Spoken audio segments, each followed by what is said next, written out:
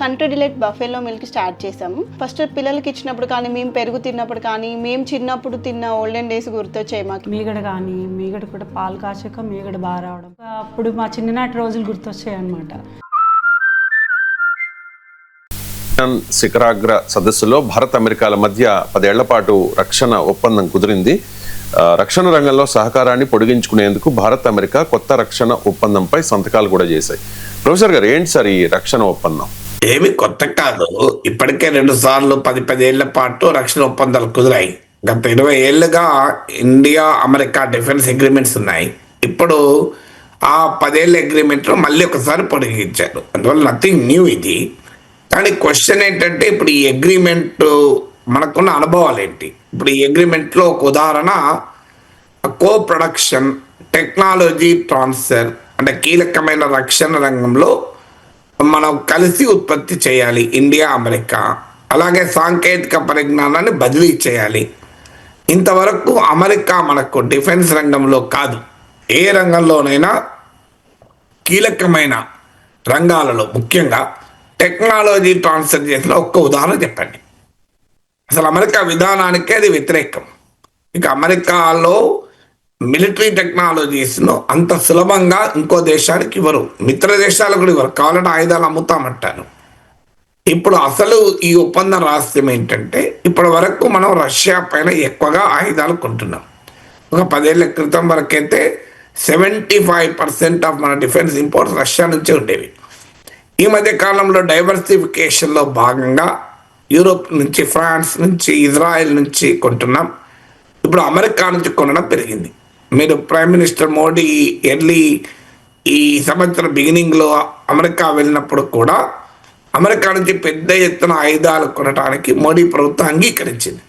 అంటే ఈ trade deficit తగ్గించే క్రమంలో జరిగిన చర్చల్లో.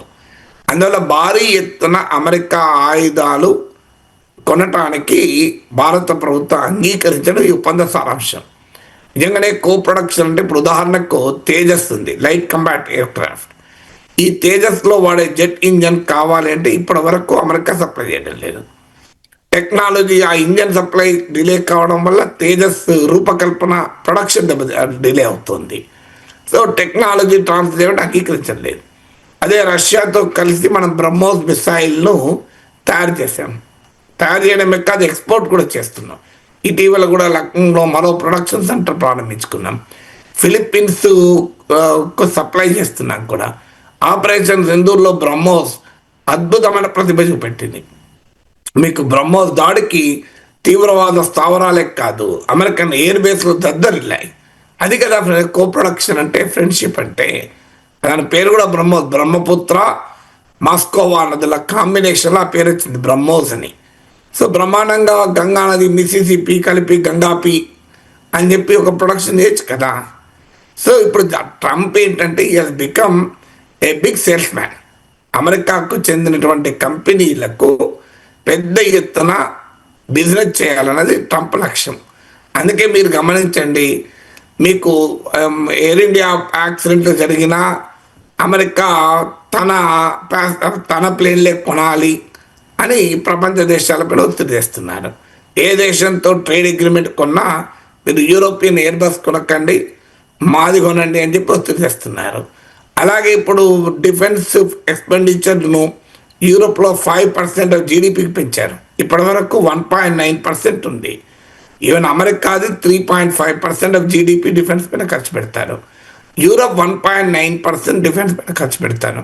ఇప్పుడు ఇటీవల నాటో సమావేశం జరిగి నాటో సభ్య దేశాలన్నీ తమ జీడిపిలో 5%, 5% మీకు ఆయుధాలపైన, డిఫెన్స్ పైన ఖర్చు పెట్టాలని నిర్ణయానికి వచ్చారు. ఎందుకు?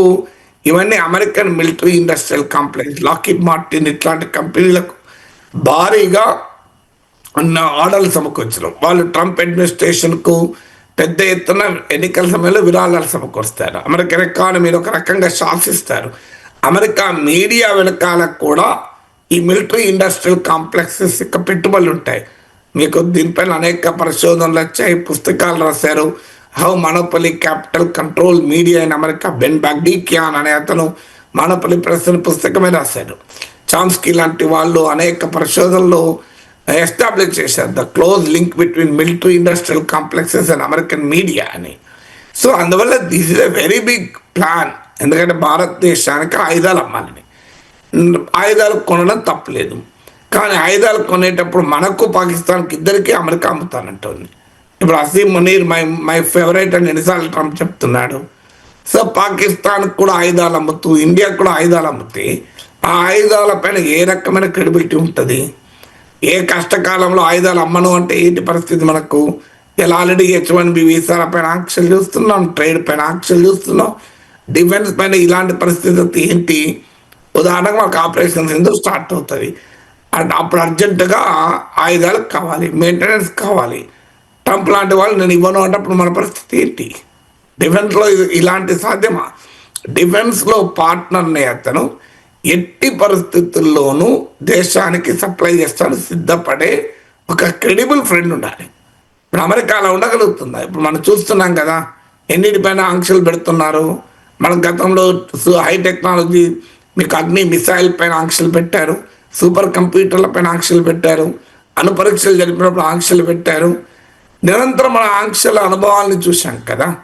మనం అగ్ని మిసైల్స్ అంతగా డెవలప్ చేసుకుంటా అంటే దానికి కావలసిన క్రయోజనిక్ ఇంజన్ కోసం మనము రష్యాకు చెందిన గ్లావ్ కాస్మాస్తో GSLV, అగ్ని కూడా కాదు GSLVకి కావలసిన క్రయోజనిక్ ఇంజన్ కొరకు మనం అగ్రిమెంట్ చేసుకుంటే దీన్ని అగ్నికి వాడతారని చెప్పి అగ్ని పైన ఆంక్షలు పెడుతున్నామని చెప్పి GSLVకి వాడే ఇంజన్ను మనం రాకుండా చేశారు కదా. మరి అలాంటప్పుడు రేపు ఆపరేషన్ సింధూర్ బిగిన్ అయ్యే టైంలో అమెరికా మీరు పాకిస్తాన్తో ఘర్షణ పడితే నేను ఆయుధాలు ఇవ్వను అంటాడు. ఎందుకంటే ట్రంప్ ఓపెన్గా చెప్తున్నాడు కదా, నేనే కదా ఆపేది యుద్ధాలని. సో అందువల్ల ఇప్పుడు మన అమెరికా ఆ ఆయుధాలు ఇవ్వకపోతే మన పరిస్థితి ఏంటి? ఎందుకంటే మనకు అనుభవం ఉంది F-16 విషయంలో. F-16 అమెరికా పాకిస్తాన్కి ఇచ్చింది. ఎందుకు ఇచ్చింది? తీవ్రవాదుల పైన ప్రయోగించడానికి ఇచ్చింది. కానీ అమెరికా పాకిస్తాన్ తీవ్రవాదుల పైన ప్రయోగిస్తుంది F-16. నిన్న కాక జరిగిన ఆపరేషన్ సింధూర్లో కూడా ఇండియా మీద ప్రయోగించింది. ఇది అమెరికాకు తెలియదా? ట్రంప్కి తెలియదా? మరి ఎందుకు ఆంక్షలు పెడతలేడు? బైడెన్ అడ్మినిస్ట్రేషను ప్యాకేజ్ ఇచ్చింది F-16, ట్రంప్ కూడా ప్యాకేజ్ ఇచ్చాడు. మన శత్రు దేశమైన పాకిస్తాన్కు మన పైన వాడుతున్న F-16 లాంటి యుద్ధ విమానాలు ఇచ్చి మనకు మళ్ళీ ఆయుధాలు సప్లై చేస్తా అంటే ఈ రెండు దేశాలకు మేమే ఆయుధాలు సప్లై చేస్తాం, ఇద్దరు కలిసి కొట్టక సావండి అని చెప్తే అది ఎలా కరెక్ట్ అవుతుంది? మీరు ట్రేడ్లో డీల్ చేసుకోండి, సాఫ్ట్వేర్లో డీల్ చేసుకోండి, తప్పలేదు. కానీ ఆయుధాల్లో డీల్ చేసుకున్నప్పుడు మనకు ఇంపార్టెంట్ ఏంటంటే ఆయుధాలంటేనే దేశ రక్షణ. ఎట్లాంటి పరిస్థితుల్లో కూడా దోకా ఇవ్వకూడదు, మోసం చేయకూడని మిత్ర దేశం నుంచి రావాలి. పోనీ పాకిస్తాన్ విషయంలో అమెరికా అనుసరించిన వైఖరి ఇచ్చాను. చైనా విషయంలో మరి చైనా గాల్వాన్ లోయలో మన పైన దాడి చేసి 20 మంది పొట్టన పెట్టుకుంటే అమెరికా చైనా పైన ఆంక్షలు పెట్టిందా? ఖండించింది. ఖండించడం ఎవరైనా ఖండిస్తారు. మరి ఆంక్షలు పెట్టిందా?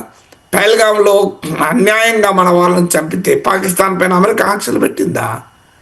మరి చైనా పాకిస్తాన్లే కదా మనకున్న ప్రాబ్లం. మనకు రక్షణ ఎవరితో? మనం ఎవరితో? ఫ్రాన్స్తో జర్మనీతో యుద్ధం చేస్తున్న ఆయుధాలు కొంటున్నామా? మనం ఎవరి నుంచి రక్షణ కొరకు ఆయుధాలు కొంటున్నాం? మనకేం జర్మనీ నుంచి లేదు, కూడా ఫ్రాన్స్ నుంచి లేదు, అమెరికా నుంచి లేదు, మీకు స్విట్జర్లాండ్ నుంచి లేదు, రష్యా నుంచి లేదు కదా. మనకున్న ప్రమాదం వల్ల చైనా పాకిస్తాన్ నుంచి. ఆ రెండు దేశాల విషయంలో అమెరికా అనుసరిస్తున్న వైఖరి ఇంత క్లియర్గా ఉంటే పాకిస్తాన్ అమెరికా మిత్ర దేశం, అమెరికాకు నమ్మినమంటూ ట్రంప్ భాషలోనే చెప్పాలంటే ఈ లవ్స్ పాకిస్తాన్. పాకిస్తాన్ అంటే ప్రేమ ట్రంప్కు. మీకు అసీం మునీర్ అయితే మోస్ట్ ఫేవరైట్, ప్రతి వేదిక పైన చెప్తున్నాడు. ఇక చైనా అంటే అప్పుడు అమెరికా చైనా G2 కదా. ఇప్పుడు చైనాతో ఘర్షణ పడడానికి అమెరికా సిద్ధంగా ఉందా? మీకు మనం చైనాకు వ్యతిరేకంగా అమెరికా నాయకత్వం క్వాడ్లో చేరాం, అయినా కూడా క్వాడ్ పాకిస్తాన్ ఖండించింది. పహల్గామ్ దాడుల తర్వాత క్వాడ్ ఖండించడానికి సిద్ధపడలేదు. What does it indicate? మనకున్న ప్రధానమైన సెక్యూరిటీ కన్సర్న్స్ చైనా పాకిస్తాన్లతో. ఆ రెండింటి విషయంలో కూడా అమెరికా సహకరించడానికి సిద్ధంగా లేదు. ఇక మనం ఏ డిఫెన్స్ అగ్రిమెంట్ చేసుకుని ఏం చేస్తాం నాకు అర్థం కాదు. ఇప్పుడు అమెరికా కోసం మనం యుద్ధాలు చేయాలి అంటే వాళ్ళ ఆయుధాలు కొనుక్కోవాలి, మన డిఫెన్స్ బడ్జెట్ మొత్తం పెంచుకుంటూ అమెరికా దగ్గర ఆయుధాలు కొనాలి. కానీ అమెరికా మాత్రం కష్టకాలంలో మనకు అండగా ఉండదు. మీకు బ్రహ్మోస్ మిసైల్ లాగానో S-400 మిసైల్ డిఫెన్స్ లాగానో అమెరికా ఇండియా కట్టుబడి ఉన్న ఉదాహరణ ఉందా? పహల్గామ్లో తీవ్రవాదులు వాడిన ఆయుధాలు కూడా అమెరికన్ మేడ్ ఆయుధాలు. మనంతా ఓపెన్గా అమెరికన్ మేడ్ ఆయుధాలు మన మీద పాకిస్తాన్ పరోక్షంగా ప్రత్యక్షంగా ప్రయోగిస్తుంటే పాకిస్తాన్ పైన ఎలాంటి ఆంక్షలు లేవు. అణ్వాయుధాలు వాడతానని ఫ్లోరిడా వేదికగా బెదిరించాడు కదా అసీమని. మా దగ్గర అణ్వాయుధాలు ఉన్నాయి, మమ్మల్ని పడేసే పరిస్థితి ఉంటే 50% ప్రపంచాన్ని పడేస్తామని. కానీ ఒక్కసారి అసీమని పైన ఆంక్షలు పెట్టింది తప్ప అమెరికా పాకిస్తాన్ పైన ఆంక్షలు పెట్టిందా? మరి మన సెక్యూరిటీ కన్సర్న్ చైనా పాకిస్తాన్లతో ఉంటే ఆ రెండు దేశాలతో అమెరికా వ్యవహరిస్తున్న తీరు మనకు తెలిసాక ఈ అమెరికాతో 10 ఏళ్ళ డిఫెన్స్ అగ్రిమెంట్ వల్ల ఏంటి ప్రయోజనం? అమెరికాతో ట్రేడ్ అగ్రిమెంట్ వల్ల ఏమన్నా ప్రయోజనం ఉంటుందేమో, కానీ డిఫెన్స్ అగ్రిమెంట్కి అయితే ఏం ప్రయోజనం ఉంటుంది? కష్టకాలంలో ఇబ్బంది పడక తప్పదు కదా.